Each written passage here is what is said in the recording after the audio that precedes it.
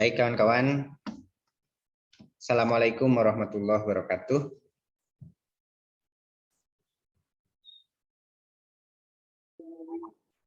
Waalaikumsalam warahmatullahi wabarakatuh. Alhamdulillah pada siang hari ini kita bisa melanjutkan pengayaan materi kita ya, terutama untuk hari ini.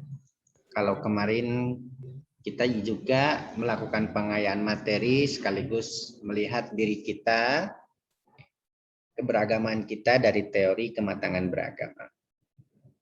Nah, untuk kali ini saya ingin menunjukkan kepada teman-teman bahwa ruang riset untuk kajian psikologi agama sangat luas sekali, sangat terbuka sekali. Bahkan ketika teori psikologi agama yang saya ambil di sini kematangan beragama, saya integrasikan dengan sosiologi konflik, dengan resolusi konflik. Nanti saya akan buktikan ya, dan sudah saya lakukan risetnya tahun ini. Teman-teman, saya harap, saya doakan selalu dalam keadaan sehat, dalam keadaan bahagia ya, dalam keadaan sukacita, gembira, selalu dalam lindungan Allah Subhanahu wa taala. Amin. Marilah kita mulai perkuliahan kita pada siang hari ini dengan bersama-sama melafalkan basmalah.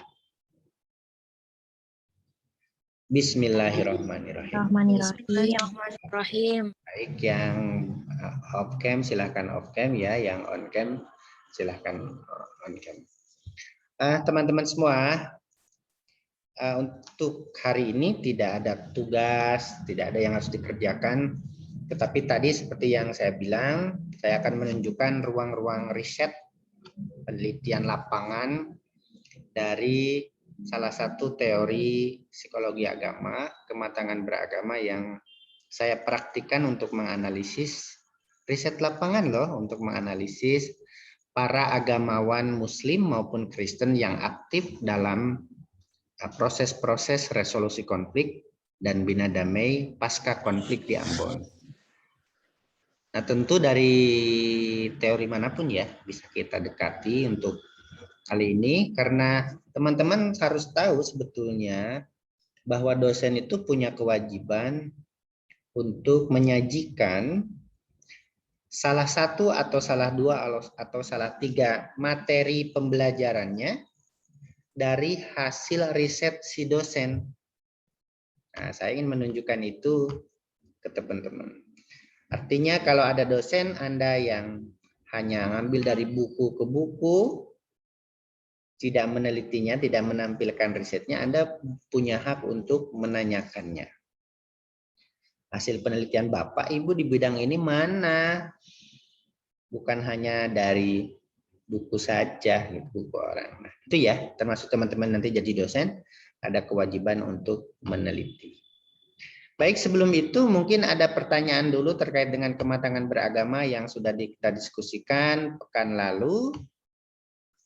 Baik dari definisi secara individu, secara konsep. Secara individu berarti kita masing-masing secara subjektif memiliki tingkat kematangan beragama yang berbeda, capaian yang berbeda. Secara ideal, pengertian kematangan beragama ideal yang bisa kita gunakan untuk mengukur, melihat kematangan beragama secara umum.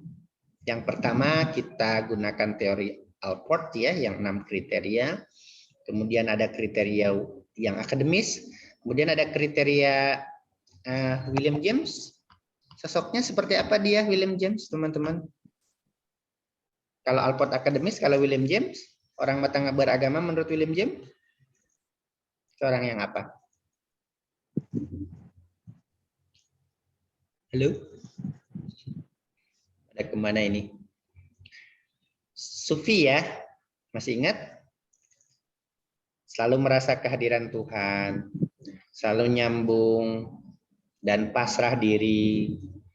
Kemudian kepasrahannya itu menimbulkan kebahagiaan, kegembiraan, dan hilang ego. Kemudian berubahnya emosi menjadi cinta dan harmoni. Itu orang sufi yang seperti itu. Oke, kalau women, seorang apa dia? Afifah, Anda mau ngomong? Sosok orang matang beragama menurut Women kayak mana? Halo?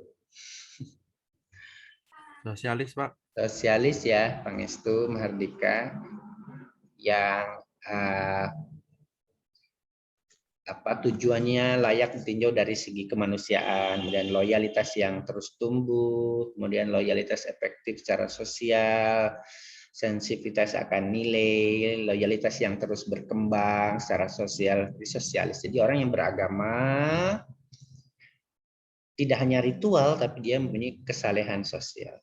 Dulu ya populer sekali bukunya Amin Rais, sewaktu beliau belum terjun ke dunia politik, sewaktu sebagai seorang akademisi, seorang ulama, beliau punya buku yang bagus sekali kaitannya dengan itu.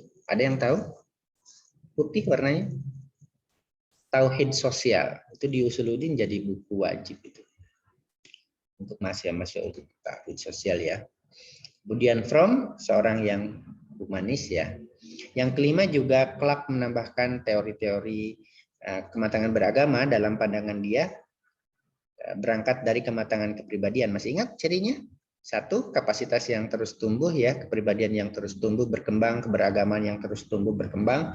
Kemudian kerendahan hati, humble, dan menyesuaikan diri dengan kehendak Tuhan. Kemudian agama sebagai pusat perhatian, motivational force. Kemudian juga agama dipandang sebagai kekuatan untuk memberi makna hidup. Jadi ada kombinasi antara teori Clark ini. PowerPoint-nya sudah saya kirim ya, teman-teman. Clark ini kombinasi antara ciri kematangan beragama yang akademis, Alport, kemudian menyesuaikan diri dengan Tuhan berarti Sufi, William James, kemudian agama sebagai kekuatan juga dari Alport juga ya, kemudian makna hidup dan juga kerendahan hati. Baik, sebelum saya presentasikan apa yang sudah saya lakukan dalam riset lapangan, ada pertanyaan tidak kawan-kawan? Oke.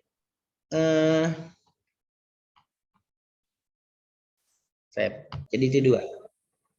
Riset ini fokus pada individu-individu agamawan yang dengan kesadaran keagamaannya, baik Muslim maupun Kristen, aktif tidak melakukan balas dendam, aktif untuk membangun rekonsiliasi, aktif melakukan perdamaian, peace building, bina damai, dan resolusi konflik.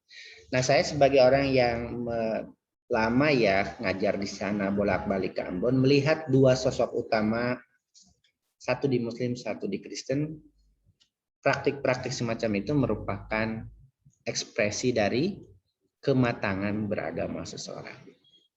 Oke. Ada pertanyaan tidak, teman-teman? Belum ada, Pak. Belum ada. Oke, saya presentasikan ya. Nanti teman-teman menanggapinya. Jadi untuk meneliti itu sangat menarik, teman-teman ya. Selain dapat pulus, juga dapat ilmu ya, dapat pengalaman, dapat saudara ya dari lintas agama. Baik, ini dia yang akan saya sharingkan. Semoga memotivasi Anda mendalami ilmu psikologi ya, sebagai ilmu yang sangat bermanfaat. Oke, ini dia. Nah, ini dia teman-teman. Saya hari ini membuktikan kepada teman-teman, dan itu sesuai aturan, bahwa dosen itu harus mengajarkan satu atau dua tema materi ke mahasiswa hasil dari risetnya. Ini saya ya, kematangan beragama atau mature religion research practice. Kayaknya salah praktis nulisnya. Jadi kematangan beragama dalam praktek riset saya. Apa riset saya, teman-teman? Ini dia judulnya tahun ini, Psikologi Agama dan Resolusi Konflik. Jadi kalau lihat judul ini, apa kesan teman-teman? Ada ilmu psikologi agama, ada ilmu sosiologi agama, sosiologi konflik, resolusi konflik. Halo? Apa kesan teman-teman terhadap tema ini? Satu ekspresi. Halo? Gimana Kamila? Ya, penelitian ini dilakukan secara multi ya, multi atau interdisipliner. Minimal ada 2 keilmuan eksplisit di riset ini, yaitu ilmu apa teman-teman? Psikologi agama ya, dan resolusi konflik atau sosiologi konflik ya Kamila. Artinya ilmu itu tidak bisa berdiri sendiri ya teman-teman untuk memecahkan suatu persoalan kehidupan. Betul ya? Jadi kita juga tidak boleh angkuh dengan keilmuan psikologi kita. Agamawan juga tidak boleh angkuh dengan keilmuan teologinya kan. Harus paham ilmu psikologi, harus belajar sosiologi, belajar antropologi, belajar resolusi konflik. Ini dia, psikologi agama dan resolusi konflik. So, riset ini menunjukkan bahwa riset ini adalah multi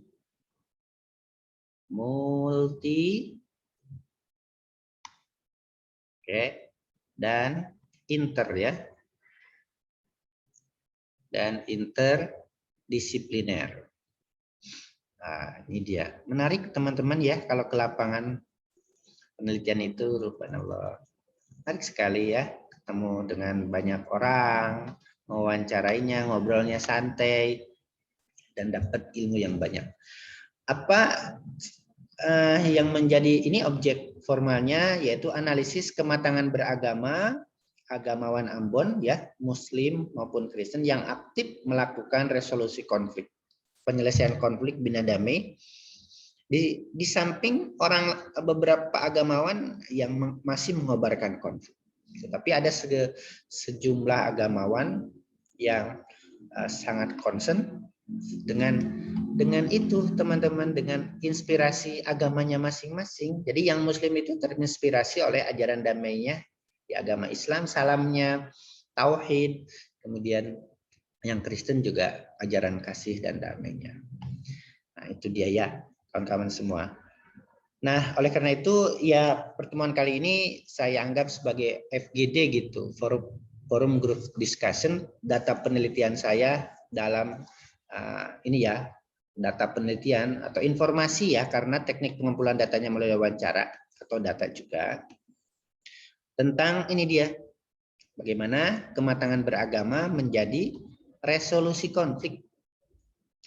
Kematangan beragama para agamawan menjadi resolusi konflik dan bina damai.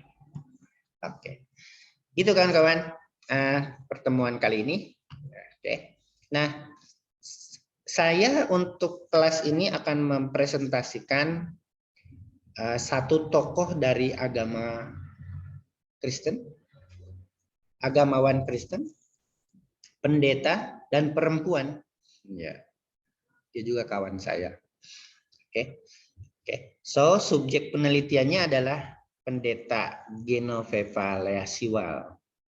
Dari mana dia? Beliau dari Gereja Protestan Maluku. Saya sehari-hari menyebut beliau kalau WA atau apa pendeta Gino. Nama aslinya ini, subjek penelitiannya pendeta Genoveva Leasiwal MSI dari Gereja Protestan Maluku.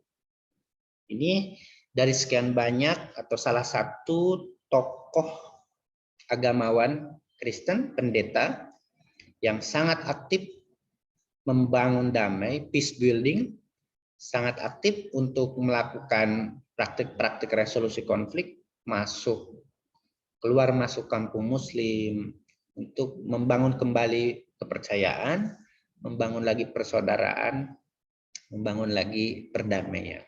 Sungguh luar biasa teman-teman. Tidak semudah yang kita bayangkan di Jogja yang damai seperti ini, karena di Ambon ini sekarang segregasi sosialnya masih kuat. Jadi tidak ada lagi kampung yang ditinggali oleh dua umat beragama. Sudah kampung Muslim, kampung Kristen, kampung Muslim, kampung Kristen gitu. Sudah pindah, yang Kristen pindah ke kampung Kristen rumahnya dijual, yang Muslim pindah ke kampung Muslim yang dijual. Itu potret damai Ambon sekarang masih menyisakan segregasi sosial. Nah, hasil itu salah satu yang memerankannya seorang pendeta ini, Genoveva Leasiwal, pendeta Gino. Oke. Pernah ke UIN Jogja juga ke sini, ke kampus kita, ke kantor saya.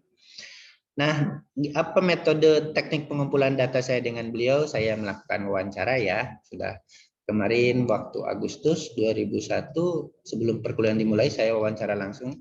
Ini di ruang moderasi ya. Dengan beliau teknik pengumpulan datanya melalui wawancara ini. Nah, kawan-kawan, apa yang saya dapatkan data atau informasi singkat praktik resolusi konflik beliau, bina damai beliau yang nanti akan kita lihat dari potret, kita analisis dari kematangan beragama. Oke. Nah, praktik-praktik resolusi konflik pendeta Genoveva Leasiwal nanti kita akan analisis dengan ini ya, analisis kematangan beragama ini. Oke. Teman-teman mungkin bisa melihat juga nanti karena kita kan akan ada praktik mini riset ya. Oke, analisis kematangan beragama. Praktik-praktik ini akan dianalisis. Ini akan dianalisis dengan ini, analyzed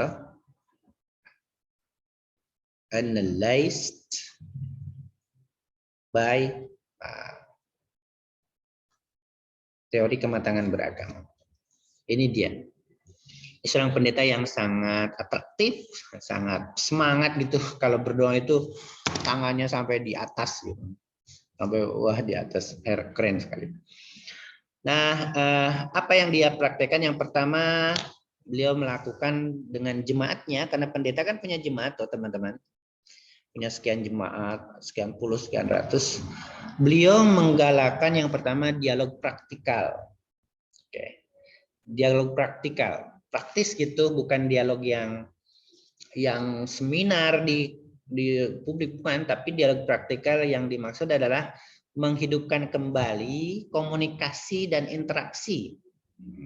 Jadi yang terpisah-pisah itu dihidupkan kembali komunikasi dan interaksi jemaat beliau dengan umat muslim di ruang publik. Oke. Di ruang publik, dalam kegiatan seni, dalam kegiatan ngobrol-ngobrol gitu. Dipertemukan gitu. Dipertemukan teman-teman, mengunjungi. Oke. Itu dia praktek dia, dialog praktikal.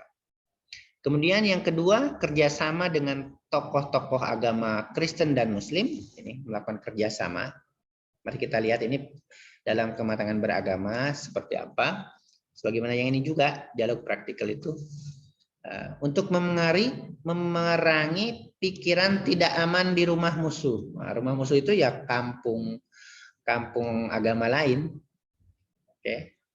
Jadi beliau dengan tokoh-tokoh agama lain, salah satunya nanti akan saya presentasikan di kelas yang berbeda, melakukan ini, kerjasama lintas tokoh agama. Jadi teman-teman kalau ke Ambon suasana memang nggak bisa, harus multikulturalisme, harus multikulturalis, harus menjadi seorang yang pluralis, kalau tidak perang lagi. Nggak bisa diharamkan seperti MUI itu, pluralisme haram, multikulturalisme haram. Nggak bisa. Di sana suatu keniscayaan untuk membangun ini dia, membangun. Jadi beda ya Elma, kalau Anda jadi ketua MUI gitu, untuk memutuskan sesuatu itu lihat konteksnya ya, Indira ya. Nggak bisa satu isme itu diharamkan, ditidakbolehkan untuk semua wilayah. Di sana sekolah pun visinya itu multikulturalisme, Indira, Elma. Visi misinya itu tertulis IAIN, IAKN itu multikulturalisme. Kalau enggak perang lagi, kalau enggak non muslim itu menganggap muslim ya musuh, yang muslim menganggap non muslim musuh. Itu sudah wajib di situ. Pluralisme itu wajib. Kalau enggak cakar-cakaran lagi. Gampang sekali. Apalagi karakternya yang keras kan. Orang Ambon tuh keras. Ngomongnya aja keras kayak gitu. dari ngomongnya loh. Oke, ini dia bekerja sama. Nah, jadi memang perlu ya kita cross culture ini perlu. Dan psikologi akan melihat itu seperti apa. Yang ketiga, live in, teman-teman. Menggalakkan live in dengan jemaatnya, mengajak dan meyakinkan jemaatnya untuk menginap di rumah orang muslim. Kayak berkemah itu, saling mengunjungi. Ya, Anda mungkin ya nggak istimewa mungkin ya Elma ya, Indira melihat itu ya, teman-teman yang lain, Fauzi, Pak Iman. Nginep di tempat lain, di kos temen itu kamu biasa ya Mbak ya, malah diusir-usir. Udah kelamaan kamu nginep sini, pulang. Di sana diundang, ayo nginep di rumah kami. Kami aman. Anda bisa hidup damai dengan kami. Sudah rindu gitu. Rindu. Sana itu luar biasa ya. Nah, Pendeta Gino salah satu tokoh yang meyakinkan, mengajak jemaatnya untuk menginap di rumah muslim. Begitu juga orang muslim diajak dan diyakinkan untuk menginap di rumah mereka. Aman. Tidak akan dibunuh, tidak akan diracun, tidak akan dikasih makanan babi. Dikasih tahu itu. Dikasih tahu tidak akan dikasih makanan baru, tidak akan di sini, tidak akan ini. Aman, live in. Wah, itu suatu yang luar biasa ya teman-teman, bagi kita yang di sini melihat itu. Praktek selanjutnya seorang perempuan ini luar biasa ya, melakukan rekonsiliasi dan perdamaian antar umat beragama Kristen dan Islam di sana. Mempertemukan. Kalau yang Muslim nanti saya presentasikan di kelas lain. Yang ini yang pendeta di sini. Yang kelima, secara internal beliau berusaha melakukan bekerjasama dengan pemimpin-pemimpin gereja untuk membasmi pikiran-pikiran radikal di tubuh atau pemimpin gereja. Kenapa gereja G-nya besar kira-kira Elma, Indira? Jadi penulisan gereja itu tidak boleh G, harus kapital. Kenapa Elma? Kenapa Indira? Kenapa yang lain? Pangestu, Kamila. Boleh salah Elma, Indira. Kenapa? Nggak ada, Pak. Nggak tahu. Mungkin aturannya seperti itu, Pak. Ya, aturan apa? Nulis Islam juga kan I-nya besar. G, ini kan gereja, bukan Kristen, Indira. Nama tempat, Pak, mungkin? Nah, ke nama tempat malah harus kecil, toh. Masjid kecil, toh. Karena itu, ya, Fauzia. Pak, mungkin karena itu tempat ibadah. Jadi, kayak sebagai tiang penopang gitu. Jadi, kalau G-nya kecil kan kayak gimana gitu. Oke. Tempat ibadah ya, masjid kecil ya, kuil kecil loh. Biara kecil. Karena gereja itu bukan bangunan justru, Fauzia, Elma, Indira. Tapi gereja adalah institusionalisasi Tuhan di dunia ini, di mana Roh Kudus bekerja di dalamnya. Jadi G itu kapital. Bukan hanya bangunan, tapi lembaga kekristenan kan? Dan itu wakil Tuhan, supaya wakil Tuhan aktornya yang personifikasinya para pendeta itu kalau di Kristen, kalau di Katolik pastor. Mereka tidak mungkin salah, mengapa? Karena bekerja dalam ilham Roh Kudus. Salah satu itu kan salah satu pribadi dari Tritunggal kan? Jadi para pendeta itu infallible, tidak mungkin salah dalam memberi fatwa keagamaan. Itu sistem keyakinan mereka. Begitu, maka menulis G ini harus kapital. Ya. Nah, itu yang dilakukan Pendeta Gino, teman-teman. Yang selanjutnya mengajak jemaat untuk ini menghidupkan tradisi adat. Dulu sudah biasa orang Ambon itu, damai orang Ambon itu karena tidak tahan aja dengan provokator, gampang terpancing ya.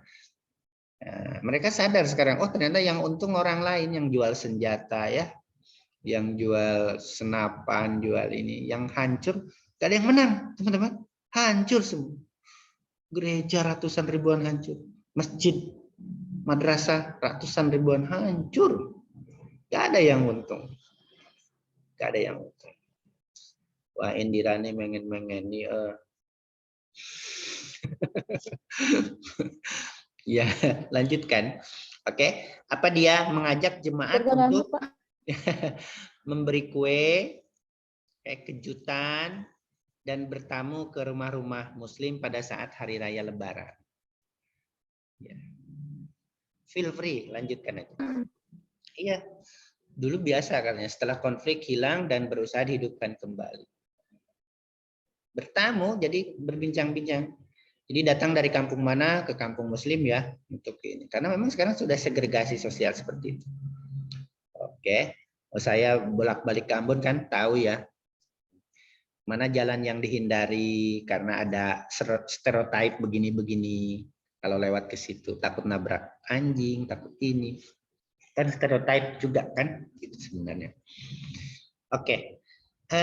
Kemudian beliau juga melakukan yang ketujuh kalau tidak salah ya, revitalisasi budaya Pelagandong Salam Sarane. Apa Salam Sarane kira-kira? Salam itu apa teman-teman? Islam. Sarane? Selamat. Nasrani. Jadi mempelagandongkan antara, mensaudarakan antara satu kampung Muslim dengan kampung Kristen yang lain. Jadi kalau di Ambon sudah pasti kampungnya Tasaza yang Muslim itu punya pelagandong kampung Kristen apa?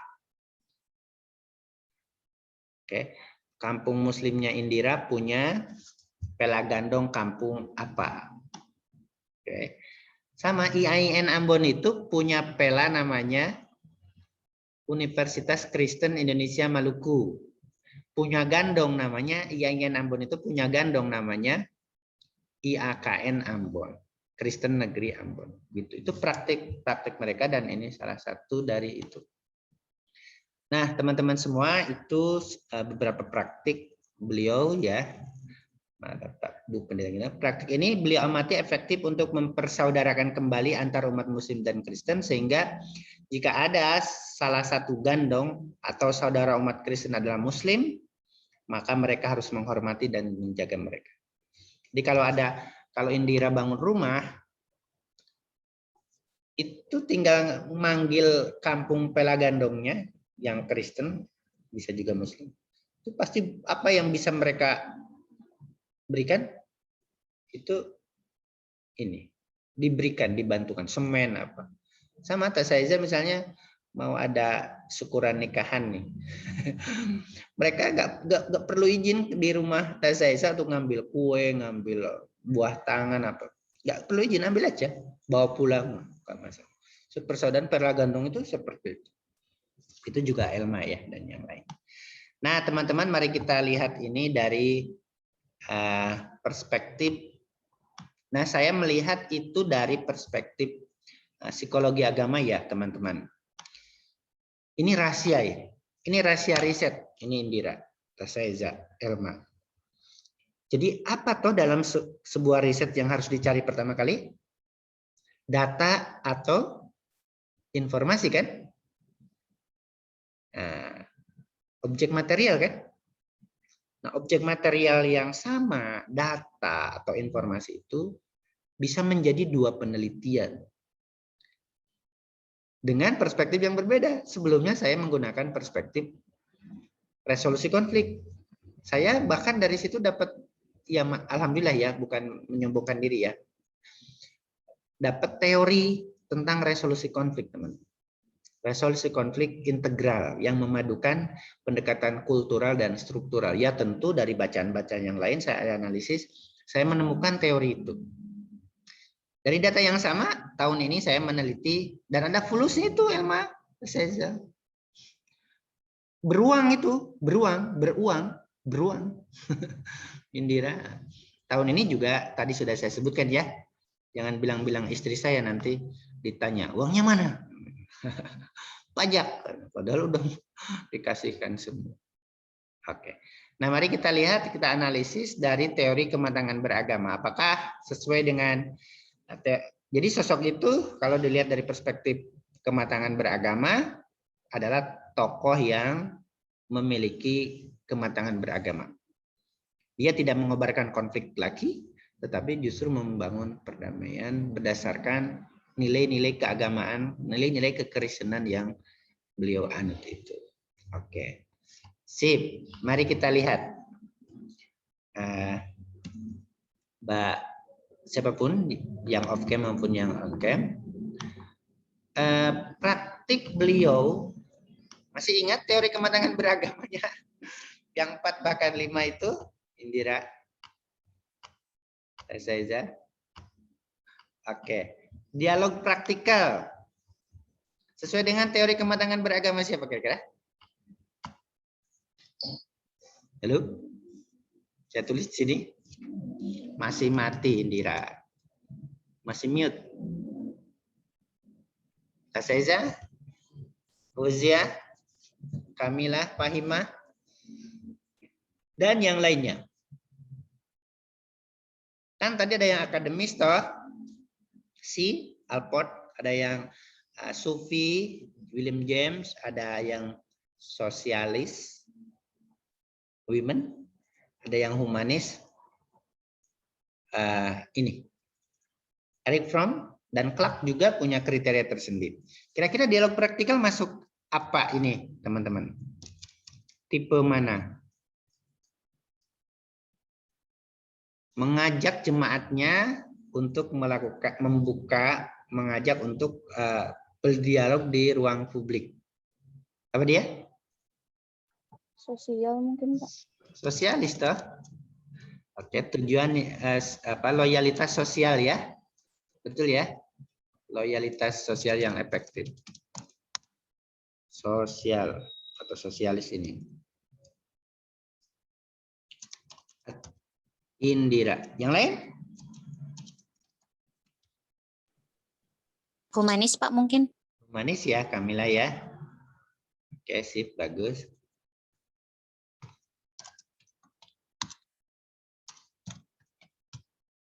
Kamila, oke. Yang lain? Masih ada? Behavior, Pak. Apa, Elma?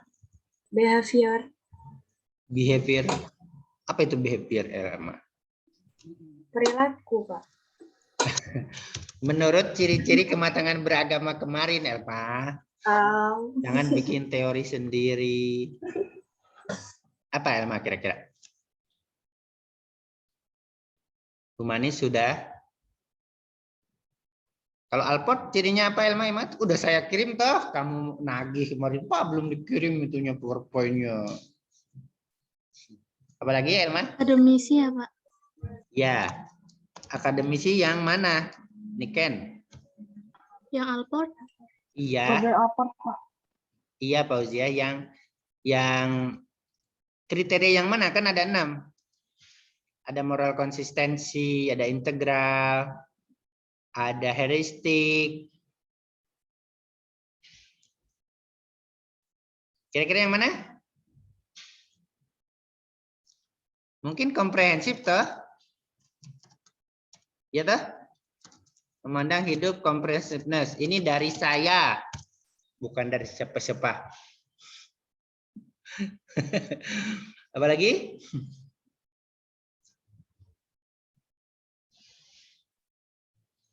Apalagi? Bisa integral? Bisa toh? Ya, Pak, integral dan komprehensif. Oh, integral dan komprehensif. Diborong ya, Pak Uzia. Oke, mengintegrasikan keagamaannya dalam kehidupan kan. Oke, ada yang lain? Humanis sudah ya, loyalitas sosial sudah.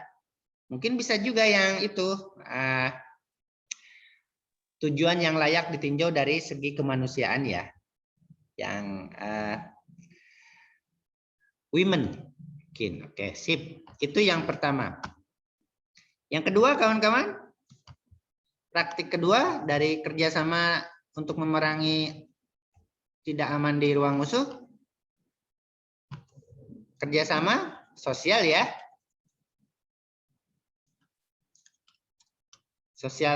loyalitas sosial yang tumbuh ya. Loyalitas yang terus tumbuh dan berkembang. Efisiensi, Pak, dalam mencapai tujuan. Efisiensi dalam mencapai tujuan. Kayaknya suara Asa ya? Iya, Pak. Suaranya khas. Oke. Yang lain? Kerjasama untuk memerangi tidak aman di ruang musuh. Hidup yang bermanfaat secara kemanusiaan, Pak.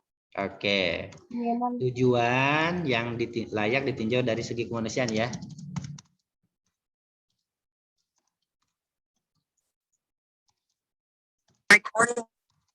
Oke. Oke, Fauzia ya. Apalagi? Cukup? Mungkinkah masuk self critical? Kerendahan hati mungkin ya. Bisa, Kalau tidak ya sombong itu kan, merasa paling benar. Iya, Pak. Self critical kalau Alport ya. Kalau Clark critical. Oke. Itu dari yang praktik kedua. Praktik ketiga tentang live in, bagaimana meyakinkan, mempraktikkan, mengajak dan meyakinkan jemaatnya untuk live in. Tinggal, bukan hanya berkunjung. Kira-kira mana? Motivational force, Pak. Motivational force ya, Tasaiza. Menjadikan agama sebagai motivasi ya. Oke, sip. Yang lain? Raise hand boleh? Langsung boleh? Apalagi? Kalau moral konsisten termasuk nggak ya, Pak? Gimana Tasaiza? Moral konsisten? Oke, moral konsistensi ya. Karena kata benda ya, konsistensi. Kalau konsisten sifat. Moral konsistensi. Oke. Ada lagi dengan livid ini? Pasti ada dimensi sosialnya ini ya, humanisnya pasti ini. Oke, humanisnya ada. Mungkin yang perubahan dari emosi menjadi cinta. Oh, mantap itu ya. Perubahan dari emosi menjadi cinta, harmoni, damai ya. Oke, keren. Perubahan emosi menjadi cinta dan harmoni ya. Emosi itu kan netral loh teman-teman toh. Bisa emosi negatif, bisa emosi positif kan. Oke. Nah, kecerdasan emosi itu kan kecerdasan mengelola emosi negatif dan emosi positif kan, mengoptimalkannya. Ada lagi? Live in, dimensi sosialnya mana? Ini Indira. Dimensi sosialnya tentu loyalitas sosial ya, kawan-kawan. Ya, sosialnya. Oke, wah ini saya kirimkan nanti ke Bu Pendeta Gino rekodnya. Ini pendapat teman-teman muslimah Sunan Kalijaga tentang Anda. Oke, sip. Masih ada Livin? Dari sisi yang lain, mungkin kerendahan hati juga ya teman-teman ya, self critical ya.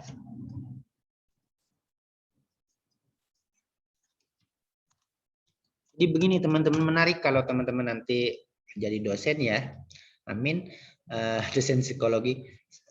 Saya diminta juga pindah ke psikologi loh. Saya bilang ya di mana saja gampang. Kalau teman-teman jadi dosen psikologi nanti kan ketemu saya tuh, jadi satu mejanya sampingan nanti.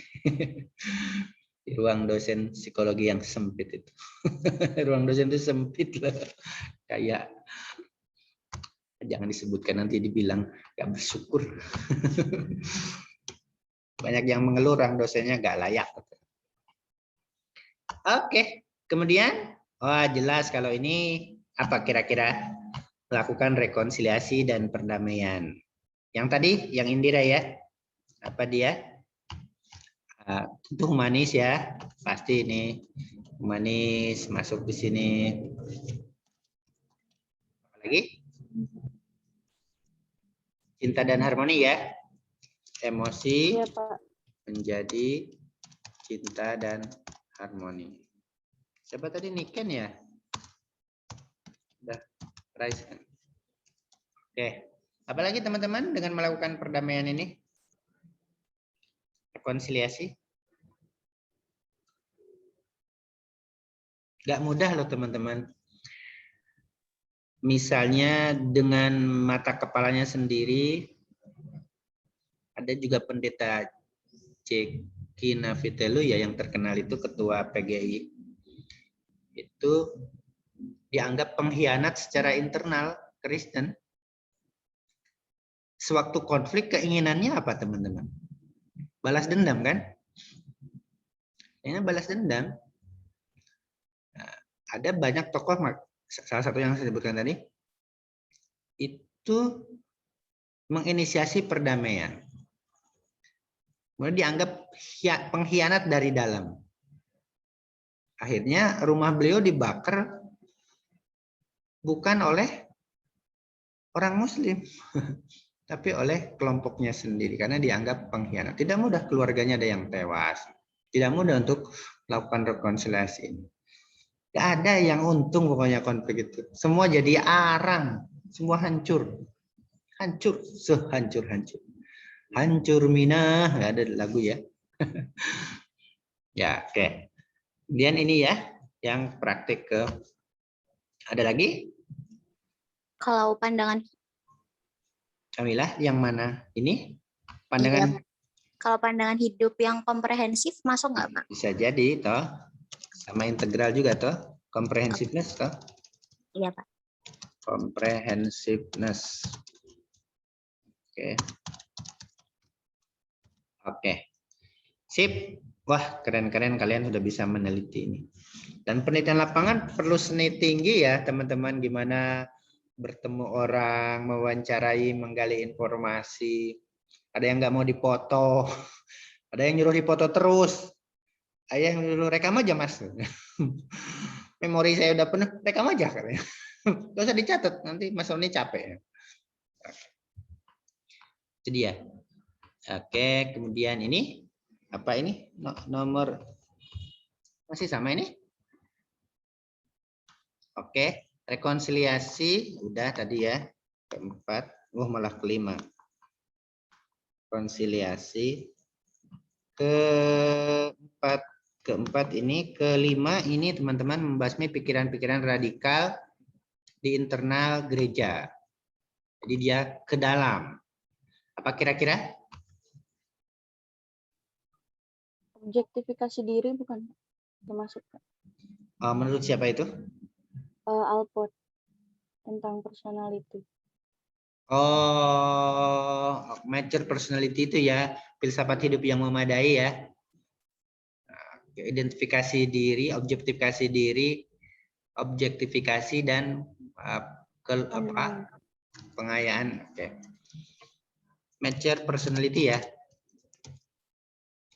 Kepribadian matang. Apa lagi? Membasmi pikiran-pikiran radikal, intoleran di tubuh gereja, supaya menjadi toleran kembali, tidak ekstremis, tidak radikal. Itu radikal dalam pengertian umum kita ya. Apa kira-kira? Humanis ya. Untuk melihat orang di luar agamanya, misalnya dari perspektif kemanusiaan. Persaudaraan sesama manusia. Oke, apa lagi? Well differentiated and self-critical. Oke, good ya. Berpengetahuan dan rendah hati ya. Oke. Pangestu ya. Well different and self-critical. Lagi? Humanis tentu ya. Apa lagi kawan-kawan? Perubahan emosi juga mungkin termasuk. Oke. Indira mah jawabnya itu terus. Tapi betul ya, emosi menjadi cinta Laura. Sampai mencerot. Cinta becek. Apa lagi? Motivational force. Motivational force ya, Fauzia. Oke. Mungkin juga moral konsistensi ya, Fauzia ya. Motivational force. Wah, bagus sekali ya. Moral konsistensi masuk? Masuk ya? Iya Pak, moralitas. Oke, begini teman-teman ya, nanti kalau analisis skripsi Anda toh menggunakan teori itu begini. Oke. Oke, good. Ada lagi? Humanis. Kemudian apa tadi bisa juga mungkin ya, Indira yang di atas kriteria satunya lagi William James itu apa Indira? Sebelum emosi menjadi cinta dan harmoni. Tasaiza, Asa, dan yang lain, Kamila. Gimana, Pasrah, Pak? memunculkan bahagia, bebas, hilang ego. Visibilitas. Oke, gimana? Pasrah, Hilang ego, memunculkan bahagia. pasrah. Jadi dia hilang ego ya. Gitu Asa? Sepakat?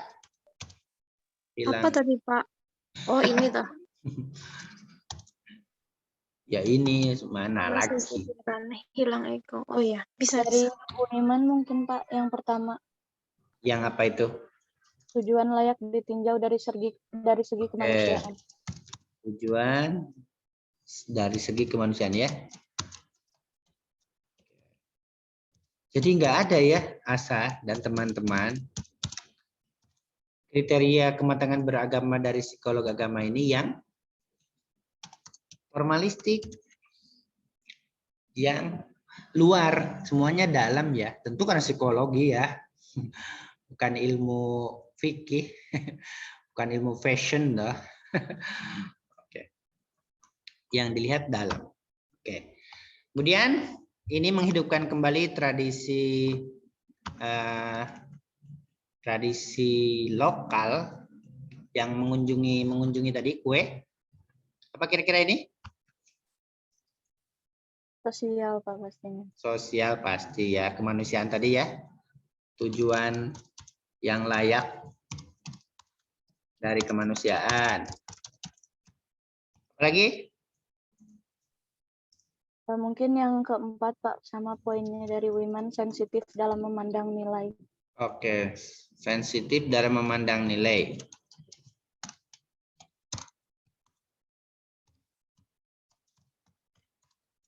Oke.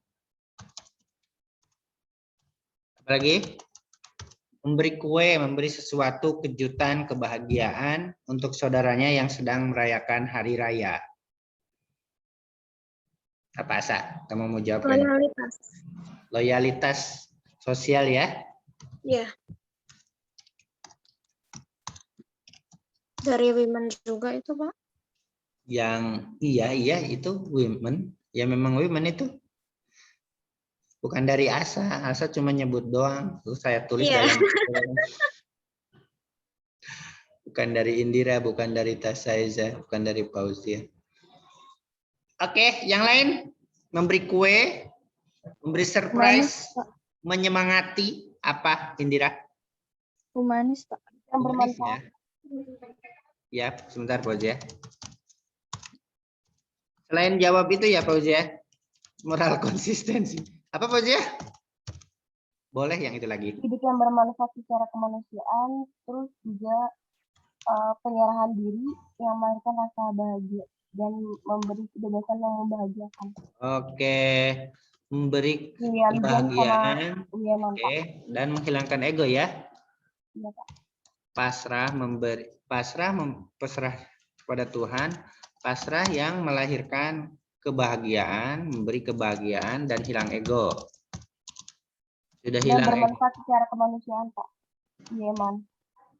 Udah ini di atas di nomor 1. Oh ya udah. Apalagi?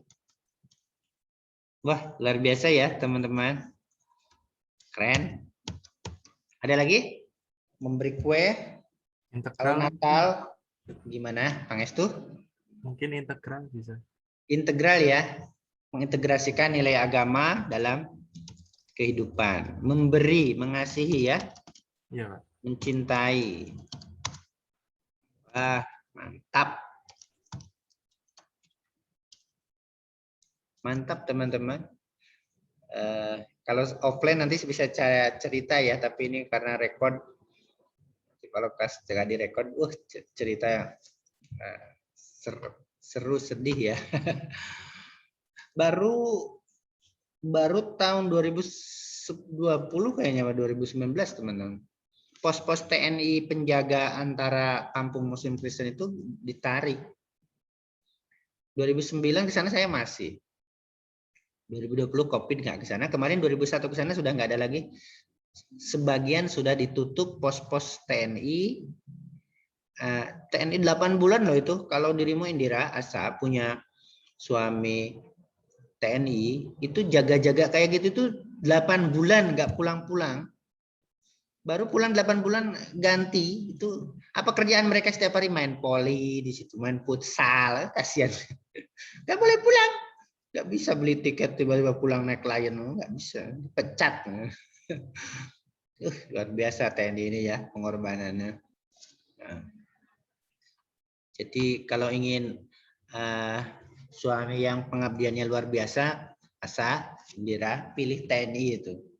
Ke Papua, ke Ambon, ke Morotai yang perbatasan dengan Asia Pasifik itu, Morotai, ke Natuna, ke Sabang sana, luar biasa. Itu kalau meninggal syahid toh. Oke gitu ya. Saya milih TNI, suami harus ini. Harus ini terakhir pela gandong antara Muslim Kristen. Apa dia?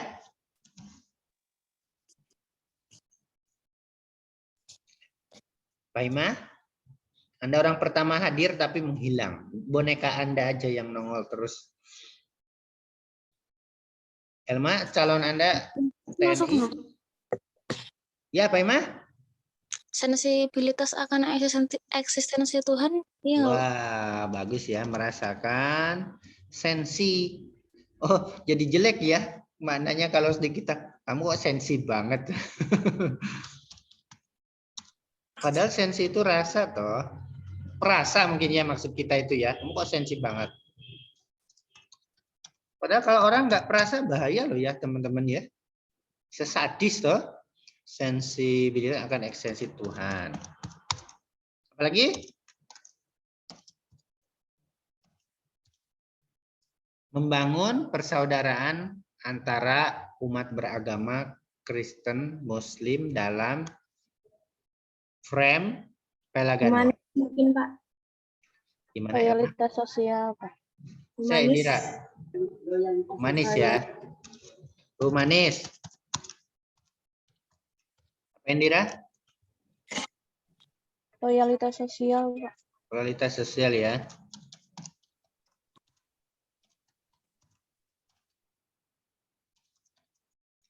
Yang dari itu, Asa, Asaiza, Ozia, Taima. Yang dari, ya, Taima. Hilang. Agama Lagi? sebagai concern. Agama sebagai central concern. Oh, menurut siapa itu? Kelak. Oke, good ya, baru disebut-sebut. Agama sebagai central concern, makna hidup ya. Central concern. Lagi? Dan itu dibuat by design bahwa dalam praktik pela gandong itu satu kampung harus Muslim, kampung lainnya harus non-Muslim. Satu kampung Kristen, satu kampung non Kristen. Kalau nggak diikat gitu, bisa ini lagi. Bisa ini lagi ya. Bisa ini lagi. Oke, apa lagi? Moral konsisten bisa nggak sih, Pak? Ya, moral konsistensi ya Elma ya. Kata kerja ya. Moral konsistensi. Oke, ada lagi? Loyalitas yang terus tumbuh. Loyalitas sosial yang terus tumbuh ya. Loyalitas perkembangan keuangan yang terus tumbuh. Apalagi yang dari James misalnya.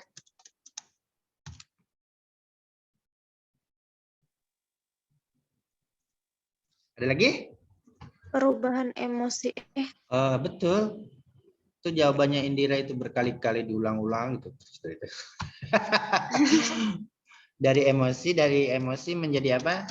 Cinta dan harmoni. Cinta dan harmoni. Sama nanti kalian berkeluarga itu harus mempraktikkan ini dari emosi menjadi cinta dan harmoni ya.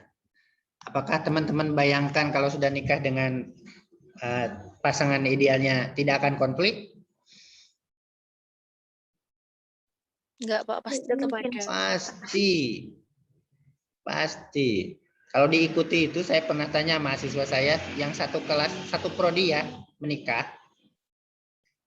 Kakak kelasnya dengan adik kelasnya. Saya tanya, Mbak, kalau jenengan ikuti emosinya, bertahan nggak itu selama 3 bulan pernikahanmu? Oh, jangankan 3 bulan, Pak. 3 hari saya udah pengen cerai. Ya karena ini laki-lakinya ini dominating, dong.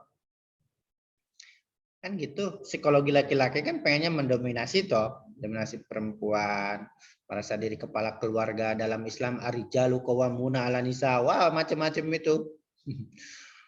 Padahal bima faddalallahu ba'dhum 'ala ba'di wa bima anfaqu min amwalihim ya Indira ya.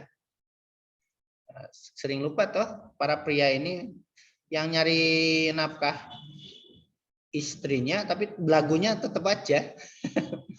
Padahal wabima ampaku min ambalihim gitu ya Indira ya. Iya dia kowam kalau menafkahi, kalau enggak ya dia tukang nyetrika di rumah. Banyak sekarang.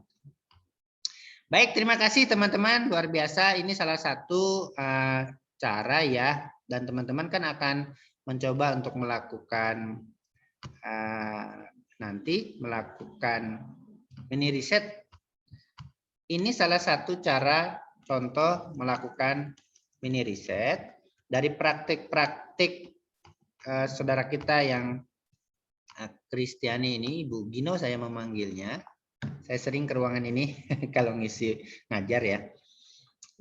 Dengan kita analisis dengan kematangan beragama, maka praktik beliau yang melakukan dialog praktikal menurut Indira menunjukkan ekspresi kematangan beragama menurut Indira ada loyalitas sempurna menurut Kamila humanis, behavior menurut Elma. Dari mana ini Elma teorinya? Comprehensiveness. Kemudian integral menurut Pauzia. Kerjasama lintas tokoh Kristen dan Muslim dalam memerangi pikiran tidak aman di ruang musuh. Ada loyalitas sosial kata siapa tadi? Niken kalau tidak salah. Efisiensi dalam mencapai tujuan. Kemudian tujuan yang layak ditinjau dari segi kemanusiaan, kemudian juga self critical, kerendahan hati ya, kalau tidak pasti akan merasa yang paling benar, yang lain salah terus. Kemudian live in, motivational force kata Saiza, kemudian moral konsistensi kata Tasha, dan kata Indira ini perubahan emosi menjadi cinta, loyalitas sosial siapa ini? Self critical. Kemudian ini dia rekonsiliasi dan perdamaian. Rekonsiliasi itu apa kata kuncinya teman-teman sehingga menunjukkan seseorang memiliki kematangan beragama. Apa kata kunci reconciliation itu? Forgiving toh? Bukan forgetting, nggak mungkin forgetting. Forgetting. Apa Asa? Rekonsiliasi itu memaafkan. Maaf, Pak. Ya, sudah dimaafkan. Kan ini lagi pembahasan rekonsiliasi. Oh iya, oke. Jadi kalau kalian ingin melakukan rekonsiliasi dengan teman, mungkin tadi dengan pasangan ya, itu bukan berarti melupakan. Nggak bisa kita melupakan secara kognisi, nggak bisa toh psikologi. Yang bisa kita lakukan adalah memaafkan kesalahan orang. Tidak bisa melupakan. Semakin ingin dilupakan, semakin ingat. Saya ingin melupakan masa lalu saya, wah, tak lupa. Muncul di mimpi itu.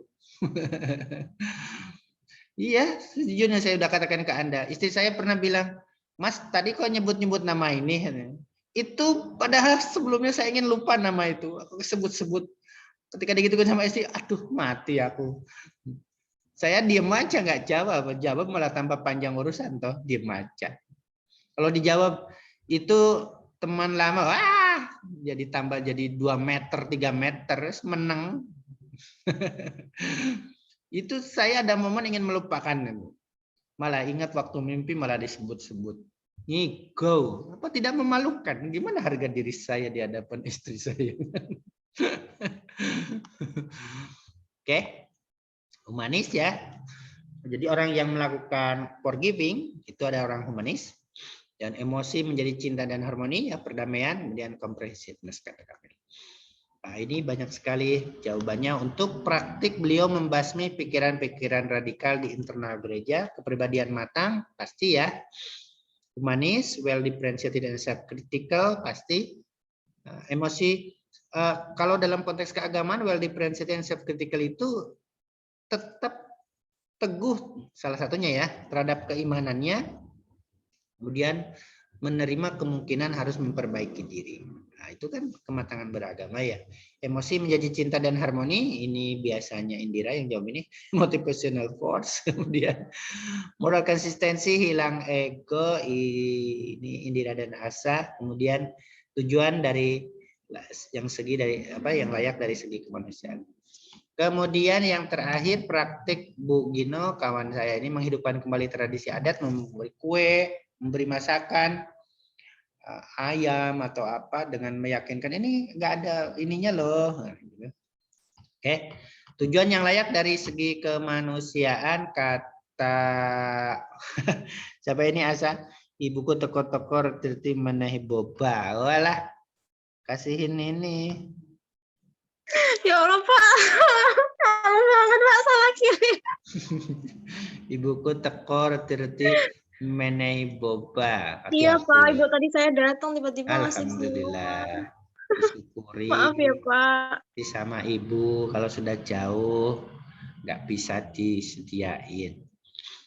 Kalau saya udah jauh yuk ketemunya 6 bulan. Disyukuri. Tujuan yang layak dari segi kemanusiaan, sensitif dalam memandang nilai, iya toh. Loyalitas sosial sempurna, humanis, pasrah memberikan kebahagiaan dan hilang ego, kemudian integral. Bagus sekali.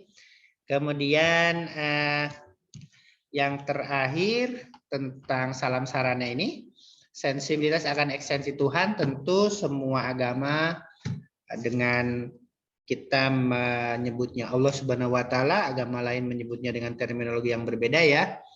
Ada yang Tuhan saja, ada yang Tuhan ini. Dan di agama Hindu Brahman sama-sama selalu memberi rasa kehadiran bagi setiap pemeluknya ya. Pasti ya. Pasti itu. Kenapa orang-orang beragama ini baik? Karena ada inspirasi dari Tuhan kan? Merasakan eksistensi Tuhan. Kalau enggak, wah itu barbar semua kan kita ini. Kalau enggak karena terinspirasi Tuhan. Humanis? Mana bobanya, Asa malah menghilang. Itu Indira tuh enggak ada minumnya tuh. Tasa, ada minumnya enggak Tasa? Virtual. Maaf yang puasa. Enak sekali. Kemudian loyalitas sosial, agama sebagai concern, central concern, siapa tadi ini? Malah ditulis kelak. Siapa tadi ini? Saya, Pak. Pak Ima ya. Oke. Moral konsistensi kata Elma. Kemudian loyalitas yang terus tumbuh kata Asa, dan cinta menjadi harmoni. Ini dia. Nah, kawan-kawan semua, ini dia, terima kasih teman-teman sudah membantu saya menganalisis praktik-praktik resolusi konflik, bina damai, tokoh yang luar biasa menonjol di sana, seorang dosen juga yang membangun ya damai di tengah situasi atau pasca situasi konflik. Ketika kita mendapatkan luka, atau sakit, pasti secara manusiawi kita ingin membalasnya kan, untuk mendapatkan kepuasan sesaat. Tapi banyak sekali tokoh-tokoh agamawan Muslim, Kristen, Katolik juga yang justru sebaliknya, mereka adalah tokoh-tokoh sebetulnya yang merasakan sakit, kehilangan keluarga dekat, teman, saudara yang menjadi korban dalam konflik ini, tetapi justru menjadi pegiat peace, pegiat perdamaian. Ini dia. Tentu kawan-kawan semua, saya mengucapkan terima kasih atas bantuan analisis Anda, dan ini adalah murni teoritik ya teman-teman, murni teoritik bagaimana ilmu ini, ilmu psikologi agama dengan salah satu teorinya bisa kita gunakan untuk menganalisis data-data atau informasi lapangan, termasuk bagi saya kan untuk mencari fulus kan, Indira, mengajukan proposal, kemudian gitu ya, Tasaiza, dan lain-lain. Kalau dibelikan untuk bobanya Asa tadi itu dapat satu pick up. Satu pick up. Oke. Makanya ada pertanyaan mungkin teman-teman, baik dari praktik penelitian ini atau teori kematangan beragama secara umum. Kita sudah 1 jam 8 menit. Silakan. Bapak izin bertanya, Pak. Siap. Tadi kan itu tuh gerakan-gerakan yang Bapak teliti dari pendeta yang di Ambon itu, Pak. Itu tuh sebenarnya nilai-nilai tersebut tuh maksudnya gerakan-gerakan itu emang seharusnya seperti itu, apa faktanya banyak yang tidak seperti itu gitu, Pak. Terutama pada pendeta gitu. Ya, Ibu pendeta ini melakukan praktik-praktik. Kan begini, terbayang tidak ya oleh teman-teman konteks pendeta dalam kekristenan itu kan memiliki terutama umumnya ya, satu pendeta atau dua pendeta itu kan memiliki satu gereja ya, dengan jemaatnya itu yang sekian puluh atau sekian ratus. Nah, seorang pendeta atau beberapa pendeta punya kuasa, otoritas untuk melakukan sesuatu, menganjurkan penggembalaan terhadap jemaatnya. Kalau dalam Islam nggak begitu kan teman-teman. Jadi seorang pendeta punya jemaat. Nah, jemaat ini pun terikat secara keorganisasian, tidak bisa, Indira, dalam konteks Kristen, seorang Kristen keluar masuk gereja yang berbeda, beda. GPM, Gereja Kristen Jawa ya di situ saja, nggak bisa masuk gereja kerajaan Tuhan, nggak bisa masuk Pantai Kosta, nggak bisa. Nah, beliau dengan kehambelannya tadi, dengan pandangan kekristenannya, mengajak, meyakinkan konteks level jemaatnya beliau yang ratusan untuk melakukan praktik-praktik resolusi konflik. Kasarannya mungkin begini ya, ayo kita hentikan permusuhan ini, mari kita bangun damai dengan melakukan A, B, C, D. Tentu tidak begitu ya. Pastikan secara alami, secara natural, mengajak mereka untuk ini, mengajak mereka untuk ini, mengajak mereka untuk ini. Sementara bisa jadi toh ada pendeta lain di gereja yang berbeda dengan jemaatnya yang berbeda, justru masih enggan melakukan resolusi konflik, rekonsiliasi, live in, memberi hadiah, dan lain-lain, dan masih menganggap orang lain sebagai musuh dan tidak aman di rumah musuh. Itu di tahun 2003 pasca konflik, Indira. 2003 kan ini, 2003 ke atas. Konflik 2001 selesai, 2003 ini dilakukan, 2005 masih sedikit-sedikit terjadi konflik, 2005 kan terjadi itu perjanjian Malino II yang secara politik selesai. Jadi bukan sekarang, dulu ini dilakukan. Hangat-hangatnya, sakit-sakitnya, lagi pedih-pedihnya, lagi sedih-sedihnya ditinggal orang terdekat karena konflik. Nah, ini ada sosok yang muncul, tidak mengobarkan konflik, tidak memberi bahan bensin di kobaran api, tapi memberi kesejukan ya, menyiramkan air bukan menyiramkan bensin, dan itu beliau yakini adalah ajaran Kristen yang asli. Nah, di kelas lain besok saya akan sajikan narasumber dari Muslim yang nanti mungkin PPT-nya saya inikan jenengan ya, semua di kelas ini praktik-praktik Ustadz Abidin Wakano namanya, yang melakukan hal yang sama. Jadi kerjasama antara agamawan Muslim dengan agama. Nah, dari perspektif resolusi konflik, saya sudah menelitinya tahun 2019 atau 2020 dan dapat sekian JT itu, Indira. Kalau dibelikan bobanya Asa itu tadi dapat 1 pick up itu. Tahun 2021 diberi anggaran lagi oleh negara untuk dapat. Jadi, tapi dari perspektif psikologi, saya gunakan perspektif psikologi ya, agak multi interdisipliner juga, tapi teori yang saya gunakan adalah teori kematangan beragama. Dilihat dari teori itu, beliau-beliau yang dengan gigih, dengan resiko loh, karena dianggap pengkhianat oleh kelompoknya masing-masing, itu belum saatnya untuk mengendurkan konflik kan? Semangat-semangatnya balas dendam kan, senjata masih punya, habis beli apa dipasok dari mana. Tapi muncul tokoh-tokoh seperti itu yang hentikan konflik. Gak ada yang untung dengan konflik. Ayo bangun persaudaraan, ayo bangun apela gandong salam sarane, ayo kunjungi mereka, beri mereka kue, ayo live in di mereka, ayo melakukan rekonsiliasi, ayo ini, ayo itu, dan dari pribadi-pribadi itu dengan jemaatnya masing-masing. Kalau Muslim kan dengan wadah MUI, nah besok, kalau ini dari, jadi gitu konteks gereja itu begitu ya, Indira, Tasaiza, Elma, Asa. Berbeda dengan konteks Islam, Anda bisa sholat, Anda yang NU bisa sholat di Masjid Muhammadiyah. Cuma pas subuh nggak kunut aja gitu. Anda yang Muhammadiyah bisa sholat di Masjid NU, cuma pas subuh kunut. Anda mau ikuti atau tangannya tetap datar atau mau ngangkat tangan, nggak masalah.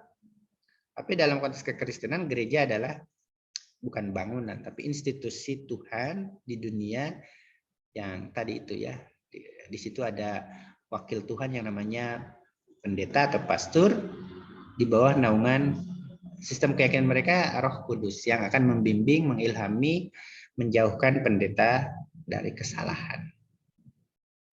Makanya orang Kristen lebih sering bertanya apa kata gereja, bukan apa kata Alkitab. Jadi kalian nggak usah heran. Karena Alkitab itu kan cerita tentang Yesus. Tetapi pendeta itu atau pastor dimaknai berbicara atas nama Tuhan. Lebih tinggi kan gereja itu. Oke, ada pertanyaan lain tentang kematangan beragama atau tentang pengalaman penelitian atau tentang yang lain? Yang pasti jangan cerita tentang kehabisan uang. Tanya ke Asa itu kalau gitu. Ada ibunya. Bapak izin bertanya lagi, Pak. Ya. Tadi kan Bapak bilang kalau di Kristen itu ada pendeta yang sudah berani melakukan penggebrakan gitu tentang menghilangkan konflik antara sesama umat gitu. Nah, sedangkan ada juga yang masih enggan gitu Pak melakukan hal tersebut. Kalau dalam Islam kan Pak sudah diajarkan di dalam Al-Quran itu memang kita harus toleransi terhadap umat beragama gitu, terus menghindari konflik. Nah, kalau misalkan di Kristen sendiri itu mereka melakukan hal tersebut berdasarkan sandaran apa gitu Pak, atau memang karena pemikiran si pendeta sendiri atau emang bersumber dari apa gitu Pak misal. Oke, segala teologi dalam Kristen selalu bersandar dari teologi apa? Kasih ya. Teologi kasih. Maaf saya ini dulu pause dulu. Yang aktivis perdamaian itu ajaran kasih itu yang mendasari mereka, kasih tanpa batas yang benar kepada sesama tanpa memandang agama, ras yang berbeda. Itu kan ajaran inti Kristen kan kasih, semua dari basicnya kasih kan. Kita rahmatan lil alamin toh, dan mereka kasih itu. Begitu dalam makna kasih ini ya, dengan segala konsekuensi segala macamnya itu ya. Makna kasih itu sangat dalam di mereka ya, teologi kasih itu sangat dalam ya. Gitu ya Mbak Indra, maaf ini ada record pause. Ada sesuatu yang nggak layak untuk diperdengarkan. Yang lain? Penelitian menarik, kawan-kawan. Saya mau tanya. Mau tanya. Kalau cara buat numbuhin rasa forgive yang kayak tadi dijelasin itu kan antara Islam Kristen kan agak pasti susah ya. Soalnya saya kebetulan pernah mondok 2 tahun di Gunung Kidul yang emang Kristen sama Islam tuh masih masih berdekatan, terus belum terlalu harmonis gitu loh Pak. Terus cara yang ini buat numbuhin rasa forgive, terus ningkatin toleransi antar agama itu gimana ya Pak, buat daerah yang emang notabene masih agak susah untuk damai agama. Apalagi secara sosial ya. Iya. Nah, salah satu di Ambon kan melalui institusi Pelagandong itu Tasaiza. Oleh institusi Pelagandong. Mempersaudarakan antara kampung Muslim dengan kampung Kristen, bisa satu kampung dengan satu kampung, bisa satu kampung dengan 2 kampung, bisa 2 kampung dengan 2 kampung, mempersaudarakan itu. Ya. Makanya salah satu kunci forgiving itu ya tidak forgetting kan, tidak melupakan. Dengan melupakan ya nggak bisa forgiving malah. Apa maknanya? Justru ketika teringat dan forgiving itu bisa berlaku. Mulianya kan di situ forgiving itu ya. Dan tentu dalam konteks psikologi kepribadian itu kepribadian yang matang, dalam konteks keberagamaan itu kan keberagaman yang matang ya. Nah, mungkin kalau dalam konteks Gunung Kidul itu perlu institusionalisasi seperti di Ambon ini. Ada institusi Pelagandong. Dan institusi politiknya kan dulu itu Perjanjian Malino II atau waktu di Gunung Malino di Sulawesi Selatan itu. Nah, dalam konteks Gunung Kidul perlu institusionalisasi seperti perjanjian damai itu loh Teh Saiza. Dan Rasulullah perjanjian damai ya. Piagam Madinah ya. Perjanjian damai rekonsiliasinya itu. Umar di Yerusalem perjanjian Ailia kan? Ailia apa ya? Dengan Yahudi ini. Penaklukan Yerusalem, perjanjian Ailia juga. Nah, itu dia secara legal formal ya, Tasaiza. Yang kedua secara sosial ya perlu apa yang ditiru praktik ini pendeta Gino ini, dialog kehidupan. Anda orang sana, Tasaiza? Kalau Lebaran Muslim di Bukan, Pak. Pernah di sana. Yang Muslim disuges mirip inilah, disuges untuk memberi kejutan-kejutan gitu ya, kue. Yang Kristen juga disarankan untuk memberi surprise seperti itu. Mungkin juga ditiru juga yang ketiga live in, model live in ini saja ya. Kalau Anda KKN sana live in, mungkin nggak orang tua dulu, mungkin orang tua susah, remaja live in. Kita kan punya juga cara live in di itu di Pramuka ya, berkemah itu. Itu kan live in dulu ya. Tapi nah itu dia.